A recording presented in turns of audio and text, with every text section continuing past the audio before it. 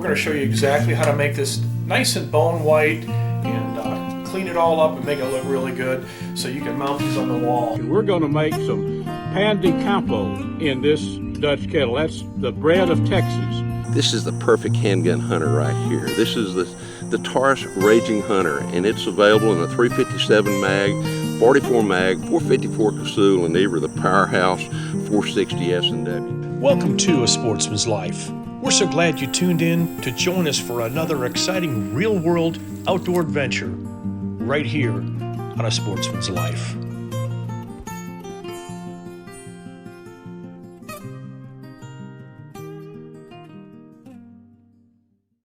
Today I'm going to share with you a little information on how to make a European mount. This is a little DIY project that I typically will do on the bed of my truck, so I call it a tailgate project, if you will. But we're going to make some European mounts. I've got a wild boar that Mr. Weissum shot that we're going to make a European mount out of that. As you can see here, we've got a European mount of a javelina that I shot last year.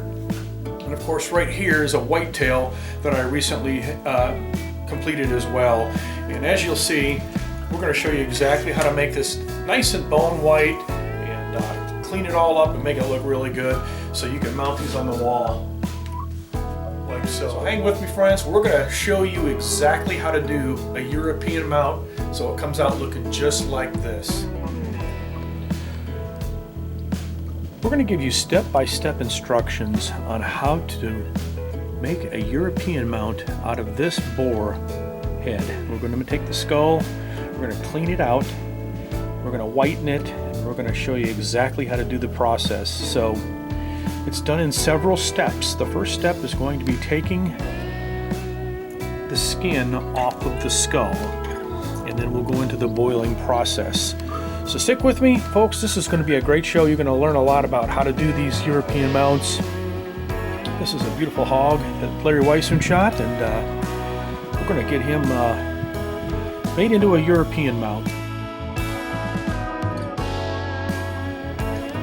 One of the most important things for doing this project is having a good set of X-Acto knives. These little scalpels, if you will help us to take all of the meat and cartilage and everything off of the skull once we've got it boiled. I'll actually use one of these knives to assist me in taking the skin off for step one, and then we'll go into step two, boiling the skull. So we're going to first start by taking the skin off of this boar head. Well, folks, we are ready for step number two. So I want you to take a good look at this hog skull.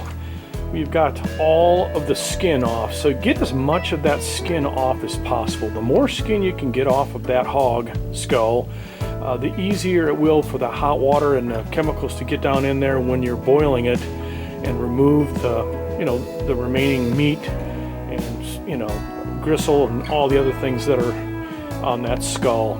So there are a few other products you're going to have to make a European mount. One, some sort of degreaser. I've got some Dawn detergent here. We'll put that in the water when we boil, and the reason you put that in is it kind of takes the grease, actually, greasiness out of the skull when you boil it. This is cream peroxide. It's 50 volume. You can get that at Amazon. You can buy it at Sally's Beauty Supply, but that's like a hydrogen peroxide product.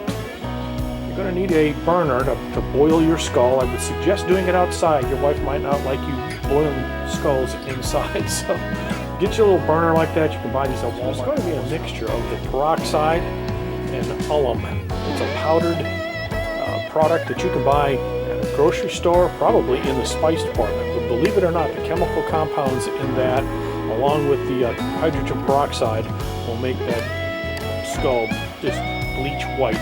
Don't ever use bleach on your skull.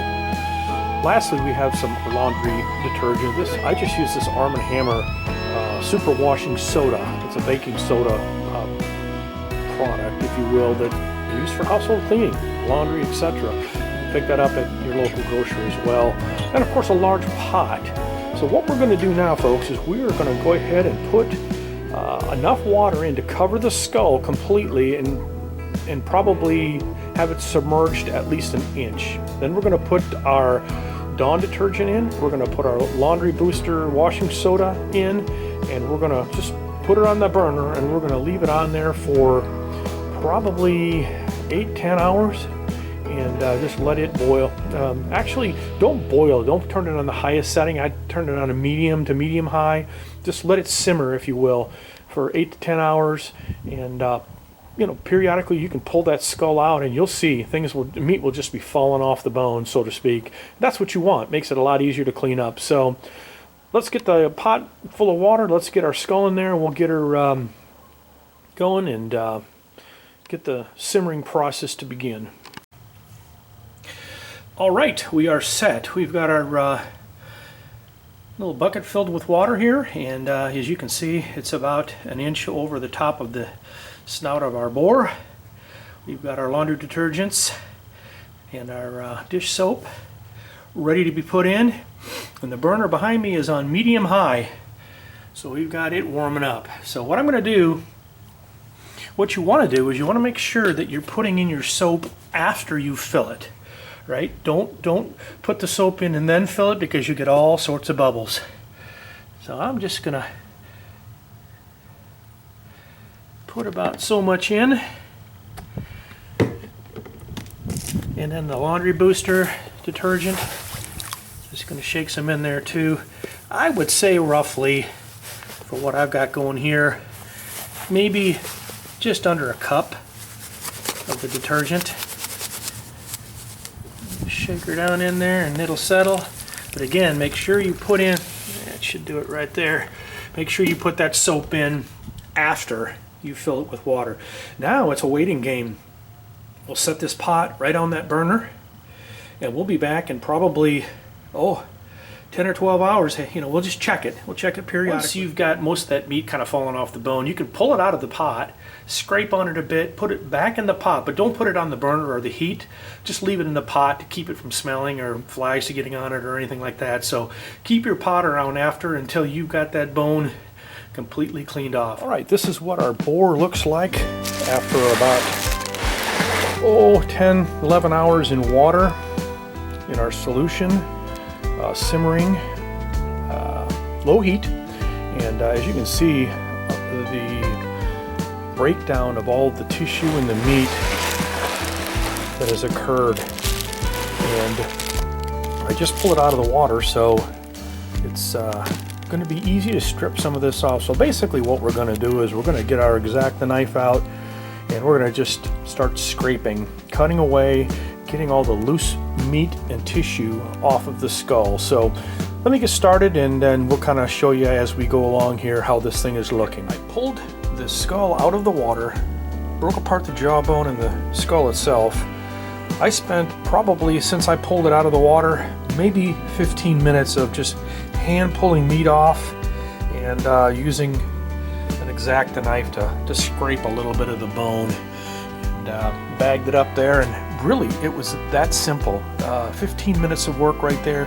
I am not done. You'll see there's probably little pieces of meat and stuff in here that we still need to work on, so we're not done. But it's getting late in the day. I just wanted to get it out and get it started here. So what we're going to do now, little trick that you want to do is, if you're done working on your skull for the day and you want to come back to it tomorrow or a later point, my suggestion is get a bucket of water, submerge the skull and the jawbone in a bucket of water, ice cold water, just to keep it wet. Number one, makes it easier to scrape things off. Number two, keeps any insects or keep it from drying out and whatnot.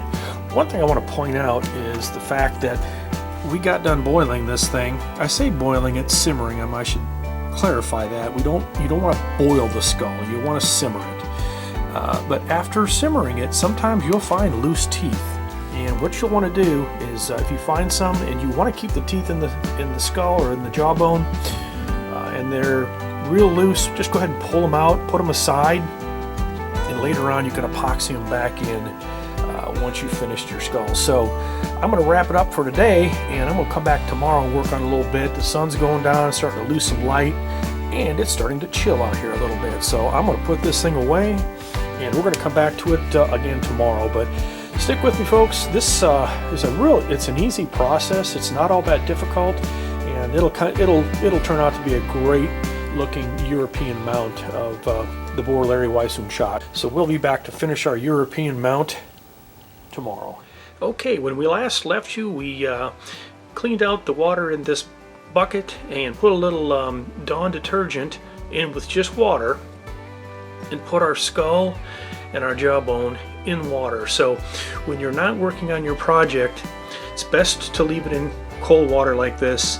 What it does is keeps the any little pieces of meat or gristle or anything fat that's on the bone moist and easier to remove. So we're going to pull it out of the bucket, and we're going to get started again on our project here. So once again, we've got a DIY project going here, a European skull mount of a boar. So let me pull the skull out here, we'll get going and finish our scraping part of the process, and then it'll be on to whitening it with our alum and hydrogen peroxide. Okay, when we last left you, we pulled this out of the simmering pot, and it took us about 15 minutes to get most of just the general meat. Heck, I pulled most of it off with my fingers.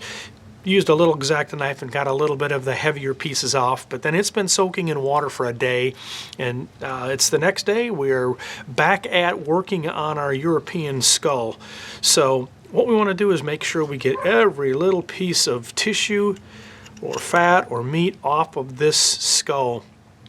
Anything left on there will smell, so you've got to get everything off. So I'm not going to sit here and bore you with going through all of the scraping on this, but it's going to probably take me, I would say, an hour to do both.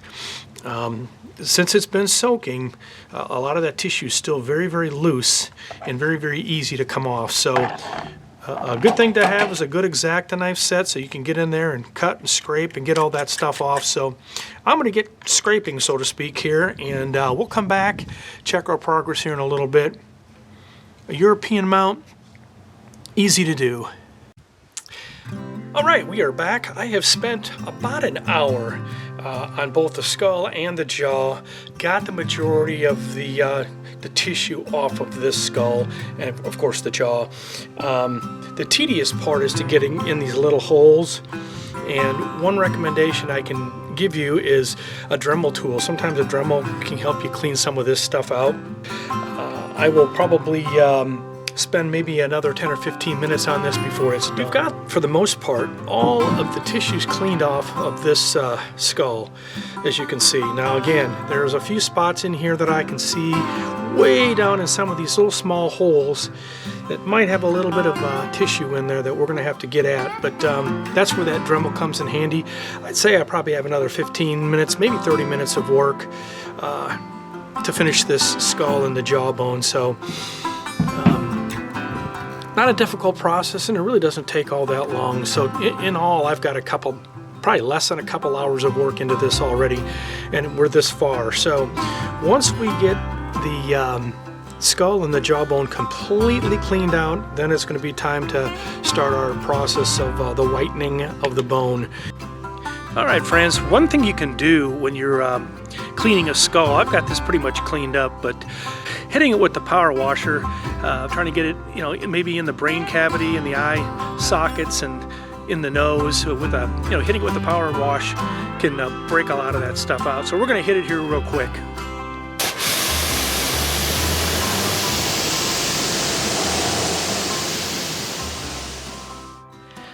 Alrighty, we have finished scraping the skull. So the skull that you see in the middle is the one that we're working on. I wanted to kind of give you an idea of what they look like when finished. So the top skull that you're looking at is kind of yellow. That was done a few years back only using hydrogen peroxide. The one below on the very bottom is actually a javelina skull we just did a few weeks back, and that one was using hydrogen peroxide cream at 50% with alum added in as a paste. And as you can see, it's extremely white compared to the other two, obviously. So Once we get this thing covered with the paste that we make, we're going to let it sit for 24 hours, and then we'll rinse it off, and it should look like the one right on the bottom, like our javelina skull. Well, we have our skulls ready to go. I've placed them upside down, at least the skull upside down and the jaw right side up, but what I'm going to do is I'm going to cover them in the chemicals that we're going to put on them, flip them over, do this side, and then we're gonna just leave it and let it sit for 24 hours. It's gonna take 24 hours for this stuff to soak in. Once you get that done, you're gonna rinse them off and we're gonna have our project complete. So here we go. What we're gonna do is we're gonna mix 2 ingredients. This is hydrogen peroxide. It's a cream and it's 50% by volume. You can get this at Sally's Beauty Supply. You can order it on Amazon. That's where I got this. So we're gonna mix this along with, you can get this at Kroger. You can get this at, I don't know, any grocery store. In the spice section, it's called alum, A-L-U-M, and we're gonna mix this in with our hydrogen peroxide and make a paste, and then we're going to put the paste on top of this. So we've got us a solo cup here. We're gonna dump all of our alum into the solo cup. Okay, there we go. We've got about 2.5 ounces of alum in our cup. Comes up about 1/3 of the way, and then we're going to put in the hydrogen peroxide. We're going to mix this up and make our paste. All right, we got our hydrogen peroxide and our alum. Let's put about so in. We're going to stir that up good. Again, you want to make a paste. And that paste, you want some thickness to it so it doesn't all run off. But that is the trick. 50% by volume hydrogen peroxide cream and 2.5 ounces of alum roughly is in this cup. One important thing you want to do before you start messing with this stuff is get you some of these rubber gloves. You don't put rubber gloves on, you could get this stuff on you. Don't get it on your clothing. Don't get it on your hands, because if you do, you are going to have white spots. All right, here we go. All right, we got our rubber gloves on and we've got our almond peroxide mixed, and we've got probably a little over half of our solo cup full here. That should be about enough to do a full skull like this. So, you know, this 2.5 ounces of alum and probably, I don't know, maybe 3 ounces or so of the hydrogen peroxide will make this paste. And as you can see, it's fairly thick, so we're gonna just brush that stuff on. Again, you wanna make sure you cover everything except yourself, because this stuff, I'm telling you, doesn't come off easy. All right, there you have it, folks. This is gonna sit for 24 hours. We'll come back, we'll rinse this off, we'll show you the final product. Okay, we are wrapping up our project here. We have our European boar skull that we have mixed our paste of hydrogen peroxide and alum, and 24 hours ago we pasted this on the skull. So what we're going to do now is we're going to rinse this off, and we're going to show you our finished European mount. So let me run this under the water, let me get this rinsed off, and then we'll show you the end result.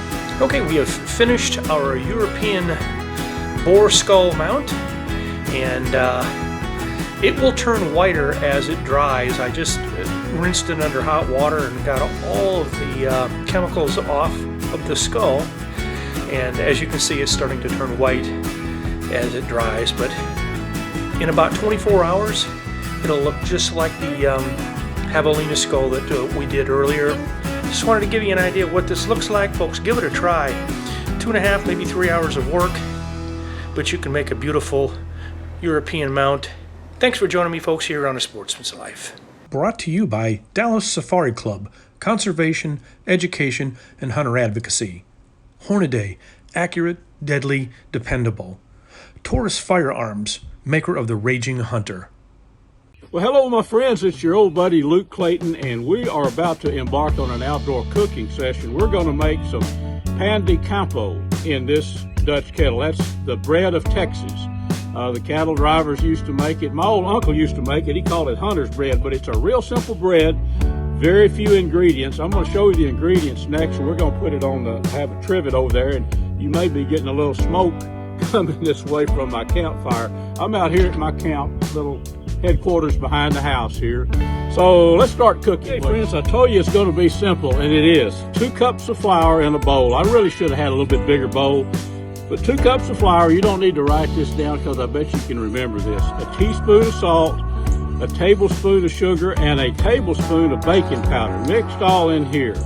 Now we're going to put about 1/3 cup of cooking oil in here with it, and some milk. And you're just going to have to, I'm not going to try to give you exact quantities because there's a lot of variables involved. You just want to mix it until you have a dough ball that we can flatten out and put in the Dutch kettle. So I'm going to show you exactly what the dough ball is going to look like, how we're going to make it. We're going to roll it out right here on this, and I'll give you a look at it. Really, really simple stuff, so don't overthink this. It's pretty easy.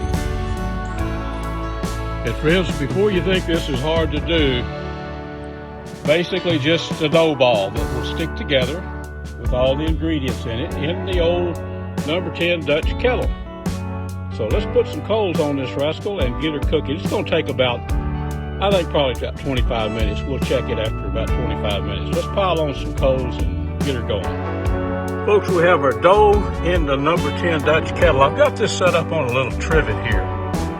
Trivet's just a method of holding your pot up off the ground. The ground's kind of damp and cold. I thought the trivet would be good. I put a few more coals under there than normal. It's been cooking for a few minutes. We're going to take the top off of it here in just a bit and check it out. Folks, what do you say we take the lid off of this kettle and see what we have here? Oh, it looks like bread to me. See if I can turn this way. Tell you what, let's do. Let's butter this up and eat it. Pan di campo. You ever been downwind of a bakery? Exactly what this smells like, folks. Let's check it out with some butter. Here we go, folks. Pan di campo. I don't think we'd go wrong by putting a little of this melted a little butter all over this. Oh boy, boy, boy. I think the old cowboys and the hunters of up in the Yukon and wherever they made this, they kind of knew what they were doing, folks. You can do this too. Very, very simple to make. And it's also the bread of Texas, so how could we go wrong? I think I need a little sausage gravy on this. I think I'll do just that. And some of our pan di campo with some homemade wild pork sausage. Hope you enjoyed our video, folks. Now let's go on to the rest of our show. A Sportsman's Life is also brought to you by Air Force Air Guns, H3 Whitetail Solutions, Pyramid Air, Sightmark, Skin 'em Right, Snaplock Hunting Blinds, Smokin' Tex, Sportsman's Connection, Striper Express, TRHP Outdoors, and Ultramatic Feeders. I've been hunting with a handgun for a very long period of time, and I always kind of look for the perfect handgun hunting. This is the perfect handgun hunter right here. This is the Taurus Raging Hunter, and it's available in a 357 mag, 44 mag, 454 Casull, and either the Powerhouse 460 S&W. Love the fact it's got the Picatinny rail on it so I can mount a long eye release scope, or in my instance, I happen to like to use a Trijicon SRO sights. Shooting this 44 mag with Hornady's 240 grain XTP, I can keep all 6 shots at 100 yards, almost within a 1-inch circle at 100 yards. If you're looking for a really outstanding handgun hunting gun, this is it right here. I'm Larry Weissoon, and I shoot a Taurus Raging Hunter. Whether you're traveling out of state or exploring a new city close to home, I encourage you to take advantage of the beauty that state parks have to offer. Getting with family and friends and exploring the outdoors is a great way to spend time taking in what Mother Nature has to offer. To enter most state parks, there is a minimal entry fee, usually per carload. Yep, that's money well spent. On a recent trip to Florida, I took the time to visit the Blue Springs State Park with family. We had an absolutely fantastic adventure. We want to thank you for joining us here on this week's episode. Please join us right back here next week for another exciting adventure on A Sportsman's Life.